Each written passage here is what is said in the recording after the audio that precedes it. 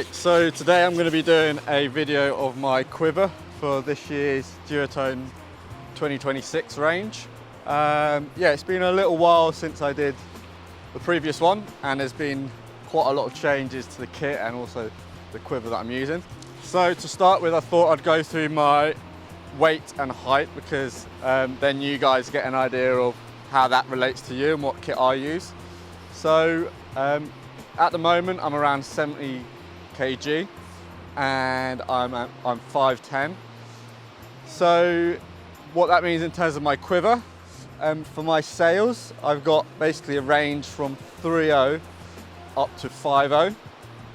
But in all honesty, I think if I was not competing as much and I was going to be more just free sailing when the conditions are good, or I would probably, my range would probably be more like 3.4 to 4.5, or that's the range that I would use most.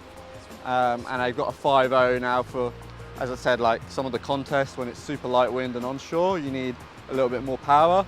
So that's why I got the 5.0, and the 3.0 again doesn't get too much use. A couple times here when it's really stormy, but yeah, also for Gran Canaria and Pozo.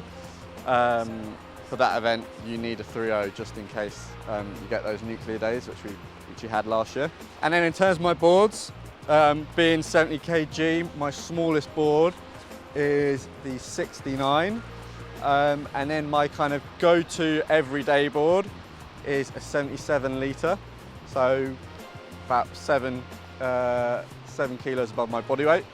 And then what I've kind of added this year that I didn't have on some of the other years is a big board, which is my 84. So that's a pretty big board for me. It's a bit of a boat, but again, for those contests, super light, tricky conditions, I thought that would be a good one to have.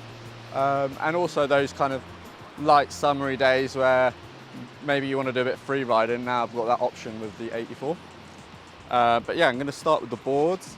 There's quite a bit to talk about here because within Duotone, there's been quite a change. So now we have Kai Hop, who has been the sail designer for Duotone, previously North for, I don't know, forever, I guess, for 10, 20 years or more. But he's actually also knows a lot about fins. He makes fins for a lot of the World Tour guys. And he's also really knowledgeable about boards, and he's been making custom boards for some of the team guys for a number of years. And the old shaper Sebastian kind of stepped down, I think, and basically Kai Hop is doing the whole range from the sails and the boards. So there has been a few changes with the boards between, I guess, through his ideas as well as the development team.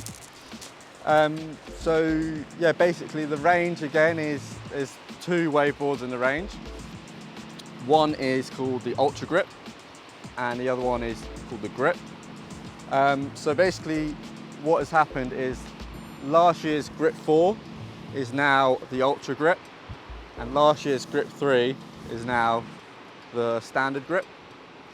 So what boards have I gone for this year? Well, as my small board, I've gone for the Ultra Grip 69, and for my 2 bigger boards, I've gone for the normal grip.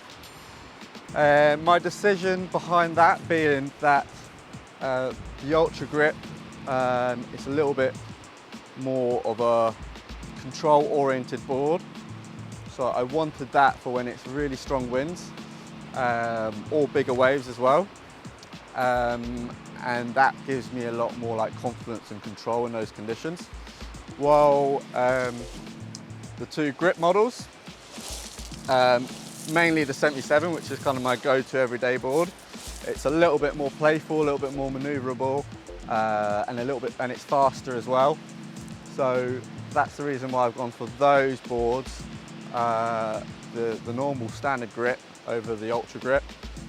And also because most of the conditions I'm in, at home here on the south coast, but also a lot of the World Tour events, a lot of the comps I do in the UK, it's quite normally tricky conditions, and this board makes the most out of all those more difficult conditions. As I said, it's faster, so you can move around the break, get all your jumps in, early. Go into detail a little bit into each of the boards.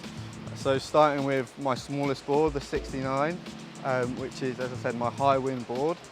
Yeah, this is a completely new shape pretty much to the old Grip 4. The outline is different, the tail is different. Yeah, it's basically a whole new redesign. The main things, or the main visual things that you see are different is it's a fair bit shorter than the old model, and it's a little bit wider as well. And in the nose and the tail, a bit more pulled in. In terms of, again, the big sort of design differences, it comes down to when we look at the bottom of the board and the rocker line. I think Kai's brought in this new idea, which is this 3-staged rocker line.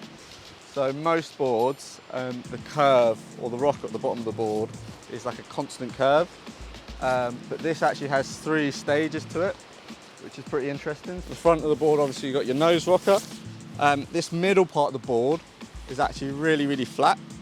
And then we've got that tail kick at the end again. I think pretty much all other brands and then all the older boards would have a constant curved rocker. Well, this one has a really big flat section, sort of in between foot straps.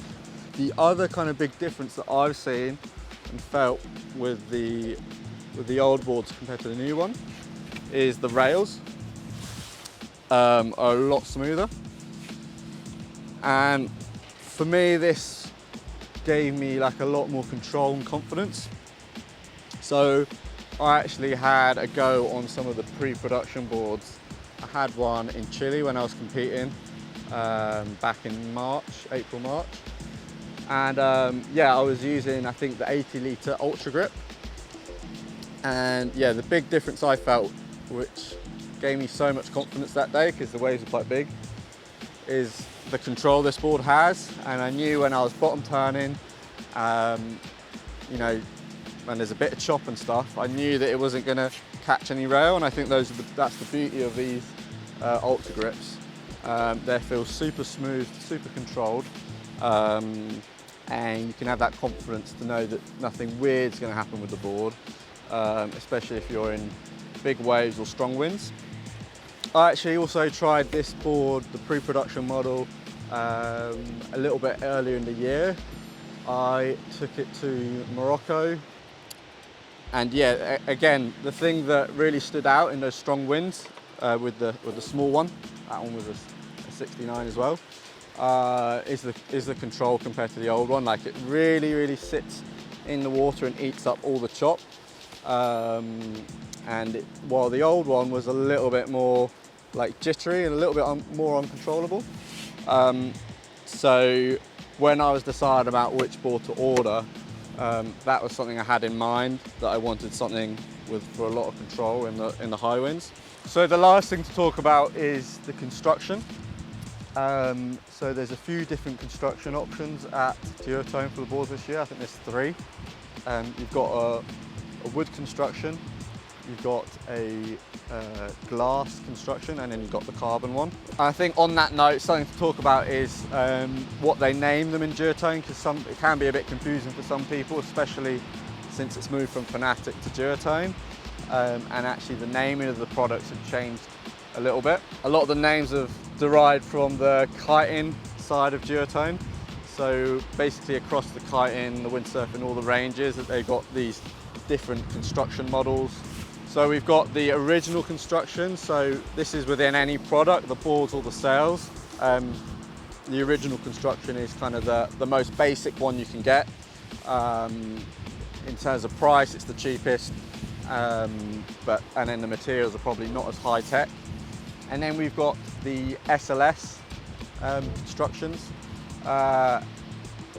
Again, so going higher up in the price range, they probably start to introduce a few better materials. And then the top of the range Duotone products are called Dlab. I think it stands for Duotone Laboratory. So these are like the most high-tech, they use the most high-tech materials, methods, normally the lightest, the strongest, etc., etc. And yeah, obviously probably the most expensive as well. So moving back onto the boards and what construction I chose for my 69. Obviously the Dlab construction is the most high-tech carbon one, but actually my choice to go for the SLS actually is down to where I'm going to be using this board in kind of really windy, probably jumping conditions. And the carbon, as much as it's the lightest, strongest board, it's also really stiff. So I think with the jumps, I actually thought the SLS construction would be a bit softer on the landings, and because the construction has a little bit more flex. So yeah, I've decided to go for the SLS. Again, it's still like super light. It's still actually made CNC shaped in the same factory as the Dlabs. So the only difference is that there's no carbon in it, it's the glass construction. So yeah, haven't actually used it yet. As you can see, I haven't got any of the straps on it. I only just got it the other day, so I'm excited to take it out on the water for a spin soon. But yeah, as I said, I did have kind of like the pre-production one in Morocco, and that was going really well, and yeah, epic for just control and speed through the jumping. The only thing I will say is, yeah, I'm not a board guru or anything, but I think the slightly softer rails makes the board a little bit slower. That's what I felt compared to the old one. If you're looking to get this board, I think bear that in mind, that it might be a little bit slower getting plane in. So yeah, either have that as your high wind board, or if you're going to have it as your kind of overall board, probably go for a slightly bigger volume than you would a normal board, just so you can get that early plane in, because it did feel slightly slower. Again, I don't know if it's due to the rails, but slightly slower than the old Grip 4. Right, so now moving on to my most used board, which is the 77 Grip. So yeah, as I said before, this shape is kind of an evolution from last year's Grip 3. It's actually the same length, same width, or very similar. But the biggest differences you'll see is, again, the tail's quite a lot more pulled in, and the nose is a little bit more pulled in. So it's a little bit more of a curvy outline. Again, it's got the same 3-staged rocker as the Ultra Grip that I just talked about. So really flat in the center of the board. Yeah, in terms of how I feel like it compares to the last year's model was actually a 79, so it was a couple litres bigger. But this one just feels quite a bit smaller in terms of the maneuverability. But I've been able to use it like with a 5.0 down to a 3.4 as well. So I'd say like the biggest thing that I've got from this board is the range compared to last year is like increased quite a bit. So as I said, I've been able to use it in stronger winds than I'd be able to use the old one. Like feel heaps more control. But also it's still got that width and the volume to hold up to a 5.0, which I tried a couple of times in Tenerife. So yeah, really impressive, and it kind of means that if I wanted to, I could probably just take this board. Like if I wanted to take it on a trip somewhere, I had one board, I could pretty much take this and be covered for almost everything, which is really nice, because I felt last year's one, as soon as I kind of got powered up on a 4.5, it felt a little bit too big and too much for me. So yeah, I'd say that's like the biggest like improvement I've seen is the range, and especially like when it gets really quite windy and choppy. The board has so much control. This is actually the setup that I've been using, yeah, most of the time, I'd say. I've been using the K4 asymmetric incinerators in the front. The production board comes with its own fins, obviously, but I feel like the asymmetric fins, it doesn't come with asymmetric fins, so that's why K4 comes in really handy. They just help a lot more with the turning. Funny enough, in Tenerife, when I was competing on the 84 version of this, I tried back to back the Duotone symmetrical fins against the K4 ones, and straight away, especially in a bigger board that's for me a little bit harder to turn, I felt the asymmetric fins made a huge difference in getting that extra little squirt up the top of the face. So pretty much always using my asymmetric incinerators here. These are 9 centimeter, by the way. And then I've got the fin that comes with the board here, a Duotone. It's a 16.5, which is, when you think about it, it's a really, really small fin. Again, this is Kai Hop's kind of fin design and philosophy. It's got quite a lot of flex in the tail. It's I found it to be a really, really good fin, a lot better than some of the other fins that have come in production boards in previous years. So actually, I kind of interchange between this production fin that comes with it and K4s. So what I found is the Duotone fin that comes with it, when it's really windy, it gives me like quite a bit more control. But when the winds are a bit lighter and I want a little bit more of a free feeling on my board, I found the K4s helped a lot with that. Again, I tested this back to back in Vargas in Gran Canaria. I was on a 3.7 on this board. It was pretty windy, pretty powered on the 3.7, pretty choppy. And the K4 fin, yeah, I was on it and the board was feeling quite lively and like I wanted a little bit more control. And then I put the Duotone fin in and that actually helped a lot with the control. Again, I don't know any of the design, like I don't know the theories behind it, but that is just what I felt. So when it is a little bit lighter, I do prefer to use the K4s. Again, for the fin positionings, I tried a little bit at the start when I got the board, and although it says here Pro Center Control, I think the Pro is suggesting more turning maneuverability, but actually I felt moving the fin to the front, my turn started to become quite slidey, and I ended up putting it basically right back towards the back. Gave me heaps of drive, but also it meant on the top turn I could really just push as hard as I could and it would just stay connected on the wave and it wouldn't slide out. So yeah, I've kind of put it there and kept it there. And again, for the side fins, I didn't want the cluster to be so far apart, so I've moved them back so they're closer to this one, so I can keep that maneuverability. I think if I put these too far forward, I think that would make the board a little bit stiff and not turn as good. Where I've been using the foot straps, played around a little bit at the start, especially with the back foot strap. And I put the back foot strap at the start, right at the front, and I felt actually weirdly I couldn't turn the board, and I was struggling to turn the board a little bit. And I put it right towards the back, and instantly it made a huge difference. So again, it might depend a little bit on your weight and your preference and where you put your weight on the board.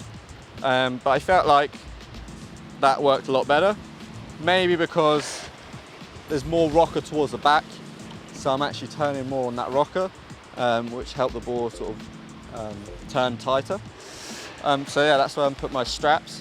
The front ones I put right at the front. Again, I think in the more cross-shore conditions, this works really, really well. I'm actually thinking to experiment a little bit with moving these a little bit further back for the onshore conditions, so I have a little bit more of an upright stance, because that might help a little bit, so that I'm not so far apart and crouching really low all the time. So yeah, then deck plate position, if we have a look, I've got it fairly far back. As you can see, it's kind of over, just sort of covering half of the bung there. Again, I actually tried a lot of positions at the start, moved it right at the front. I felt that was really not working for me. I think because the nose, the distance between the the deck plate and the nose is really short. I felt when I had it more towards the front, then it was kind of just like weighing the nose down a lot and sometimes catching the nose. So I put the deck plate further back, pretty much as furthest towards the back, just to keep that nose flying and up high.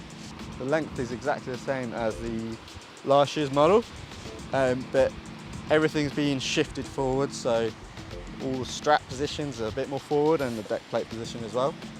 So yeah, that's kind of how I've set up at the moment. And yeah, as I said, I pretty much only change the fin. Pretty much only change the fin, depending if I want more control or a bit more like speed and liveliness. And that is pretty much the only thing I do in terms of tweaking the board at the moment. I obviously use this in onshore and it is classed as an onshore board. But yeah, I've also used it in cross shore and some down the line offshore stuff. And yeah, I actually had a quick go on it I had a quick session in Galicia, and it was sort of head high, cross offshore waves, and actually really performed really good. I was actually quite surprised how it held up in more wavy conditions. And yeah, it just gives you a lot more confidence on the top turn. It really holds in the rail, really nice. And then I did actually take it out on a session at Gwithian a few weeks back on a pretty intense, fairly big, intense day, super windy. And I think that's where I found out its kind of limits. I think it was a pretty big sort of 14-second period. And then at that point, again, still like really impressive that it held in those conditions.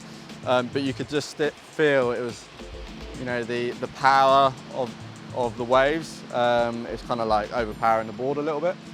And that's probably where you'd be into the ultra grip territory. Same model, this is my 84, which is my really big board. This is the board I kind of would use probably with a 5.0 when it's really like kind of onshore and I just want that extra float, extra planing ability in the brake. Don't use this for float and ride conditions. With float and ride, I'd still use my 77 because I can still float on it. And actually, when I'm on the wave, this on a kind of bigger wave when it's down the line, this would feel really massive for me. So this is kind of just reserved for those sort of lighter wind onshore days. Again, I've got similar fin set up here, but I've obviously got the K4 in the back. I've got 17 in this one, and 10s on the side, asymmetric incinerators.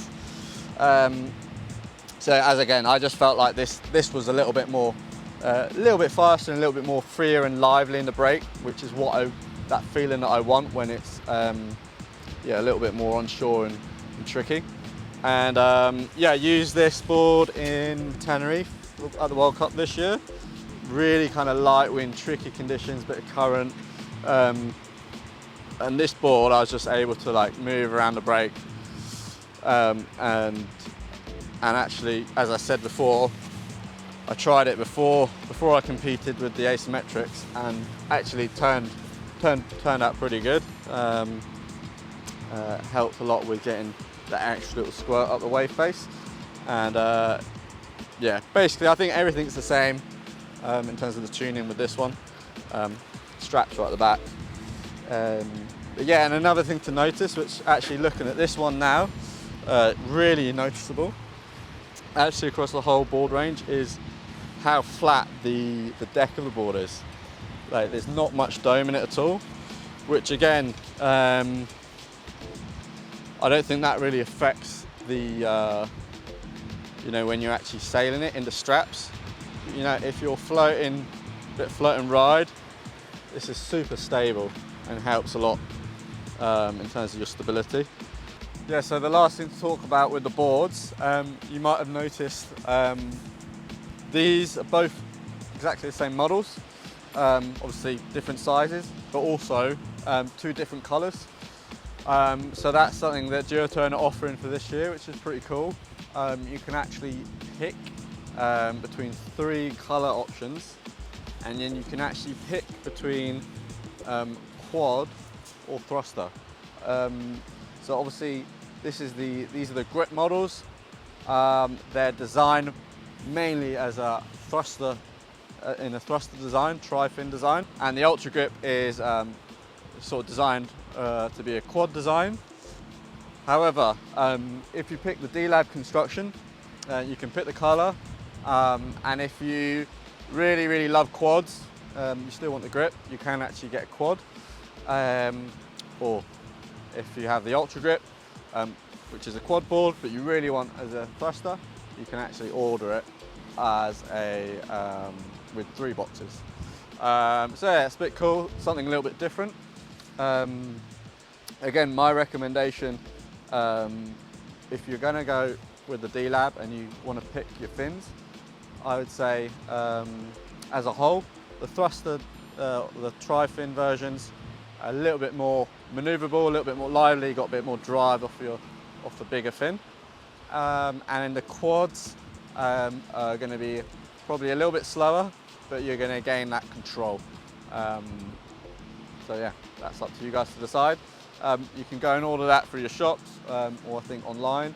And the Dlab ones, if you're picking your colours and your fins, will take a little bit longer to arrive because they're basically made to order. So if you order that, then I think, I'm not sure the times, how long it takes, but I'll put it up. You can choose a faster delivery option, which arrives sooner. But yeah, something pretty cool, new for this year, a little bit different. But yeah, those are my boards for this year, and now we're going to talk about the sales. The Superhero Dlabs, which is what I've got here. Yeah, I don't really know how to start with this one. It's a pretty cool product. Since the last kit video I did, where I had all the kind of the standard versions of the Superhero, since that video, I actually went to, I think, Canaries that year, and I had a go on one of the Dlabs, and yeah, basically it blew my mind a little bit how good it was, and then I was like, shit, I've got to order a whole Quiver of these now because they are so good. And basically I was on a 4.5 of the standard Superhero, this is the older cell, and then I tried my mate's 4.2, and basically I felt like the 4.2 I was able to get going as easy as the 4.5, and in my hands the cell felt insanely light. And then I also tried, I think, a 3.7 in Pozo when it was super windy, and I was really pretty blown away by the control I had. There's actually not many occasions where I try you know, a new bit of kit and I'm really blown away. And yeah, a lot of the times you hear at all the brands, the new kit's really amazing, it's so much better than the old kit. And normally it is minute differences. But when I tried this one, it was a big difference, and to the point where I didn't want to go back to my old cells, I wanted to get the new Dlab. So that's my little story around the kind of Dlab construction. So what makes this sail so much better, I guess, is the question. There's kind of 2 main things that you can kind of see quite visually. One of them is all the glued, there's no stitching on the sail. Yeah, it's pretty cool. So all these panels are bonded with glue. But yeah, what does that actually mean? It increases the wind range quite a bit. The stitching basically means that the sail kind of works in like different areas. Well, when it's all glued, it kind of works all as one. I think that's the theory around it. So you've got the glued seams. You've also got some kind of higher tech material here, which is the carbon X-ply, which gives it that stiffness, which I think seems to really help with the higher wind range.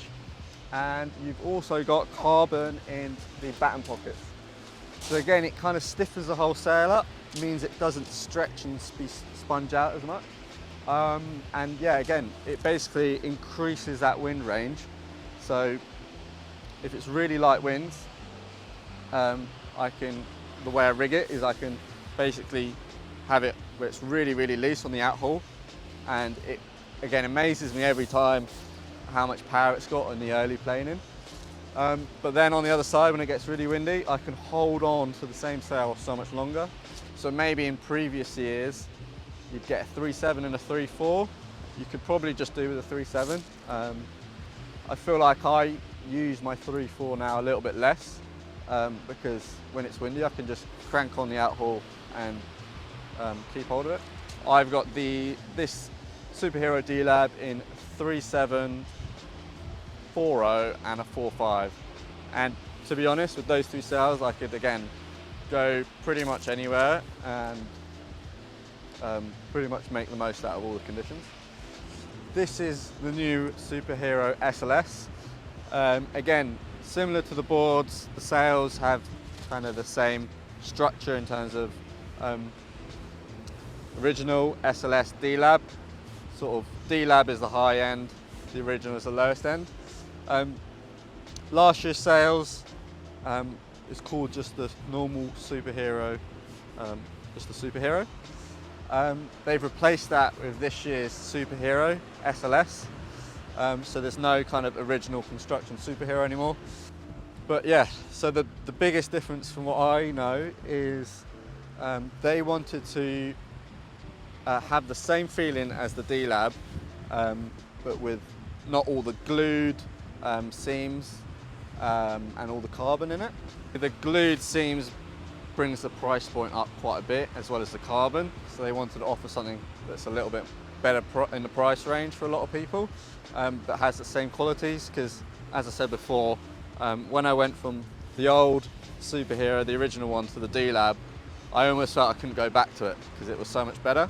So now I think they've kind of bridged the gap a little bit, so there's not as big a difference. I actually haven't tried these sails yet. As you can see, this is pretty much fresh out my bag. So again, looking forward to trying it. So I can't give you any reviews on it just yet. But yeah, all I do know is they've spent a good 2 or 3 years of prototyping to try and get the feeling the same as the Dlab, and also the weight, the physical weight, but also how lightweight it feels on the water. And from what I've heard, it's really good. Physical weight, they managed to bring it down a little bit through decreasing the thickness of some of the X-ply, so reducing that thickness a bit. So obviously you don't get the maximum durability as the Dlab, but you still get the lightness. Obviously the carbon and the glued seams on the Dlab brings that weight down while keeping the thickness of all the sail material. But with this one, they've reduced the weight by reducing the thickness a little bit. But again, with all the Duotone products, they're trying not to reduce it so much to again keep that durability. The only other sail I've got in the range, which I haven't talked about yet, is my 5.0, which I thought I would order a Duke. So Duke is actually the second wave sail in the Duotone range, and it's the 5 batten. I decided to go for that one because I wanted a little bit of help with the kind of early planing aspect. The 5 batten's a little bit more powerful. I've been using that sail in competitions. I used it in Tenerife, and I was really stoked with how that performed. I had a Super Hero in 5.0 before that one, and I felt like I was getting overpowered pretty quick as a fairly lightweight guy. And I felt with the Duke SLS, the 5 battens just gave me a lot more stability, so I could actually hold on to that sail a little bit longer. So again, increasing the range. And I think it could be quite a good idea if you're a lighter guy, if you want a big sail, to go for the 5 batting to give you that extra stability, so it doesn't sponge out so much and you lose control. And I think essentially the 5 battens it gives that similar feeling to what the the Dlabs do with the carbon. You're getting that extra batten, so that extra bit of stiffness. So yeah, that's kind of full range. 3.0, 3.4 in the SLS, Superhero SLS. Then I got 3.7, 4.0, 4.5, kind of my 3 go-to sails. Superhero Dlab, and then my 5.0 is the Duke SLS. All right, so that's kind of the full range of boards, sails. Hope you guys get a good idea into what I use and why. And again, if you've got any questions, let me know. The last thing I wanted to talk about is the booms. This is kind of the new boom that's been out for I think a year now. It's the Platinum Series. It's 140 to 200, carbon, skinny grip, and it's quite interesting because it's basically not a round boom. Actually, at the front, it's a square. Starts off as a square, comes round to where you have your grip, your hands, and it goes into more of an oval, and then at the end it kind of continues that oval towards the end. And also the end section here is also oval. So yeah, what does that mean? Basically makes the whole thing super stiff. So like if I try and like bend this here, it's like impossible to get any bend in it, compared to if it was completely round the whole way. So yeah, what I found was when I went onto these booms, just felt really direct. Everything was felt, again, with the sails, feeling more direct. The boom feels more stiff and direct, and just means every little movement I get kind of instant feedback. So again, like not many people talk about the booms, but well, I remember when I got the first carbon skinny boom, that made a huge difference to my sailing. I felt like everything felt so much easier. And then I think this is again another little step up. Something that again you probably won't notice if you just see like videos of people sailing. But yeah, this is not a round boom. This is square at the front, oval, and it gives it that really nice stiffness to it. And also some people really like it for the grip. Helps kind of feel a bit more comfortable in your hands. So yeah, really cool product. People interested in my harness lines, I'm using 30-inch Duotone ones. And yeah, if you are using different brands, watch out because they are all different lengths for some weird reason.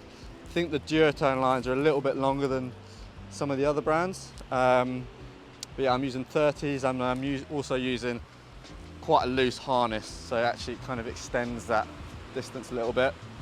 But yeah, that's it for the kind of quiver that I've got for this year. Hope you enjoyed listening to why I've got all my different products and a few of the little details behind them. Yeah, looking forward to again getting out on the water with the new kit that I haven't tried yet, and maybe I'll get a little bit of feedback once I've had a go on them.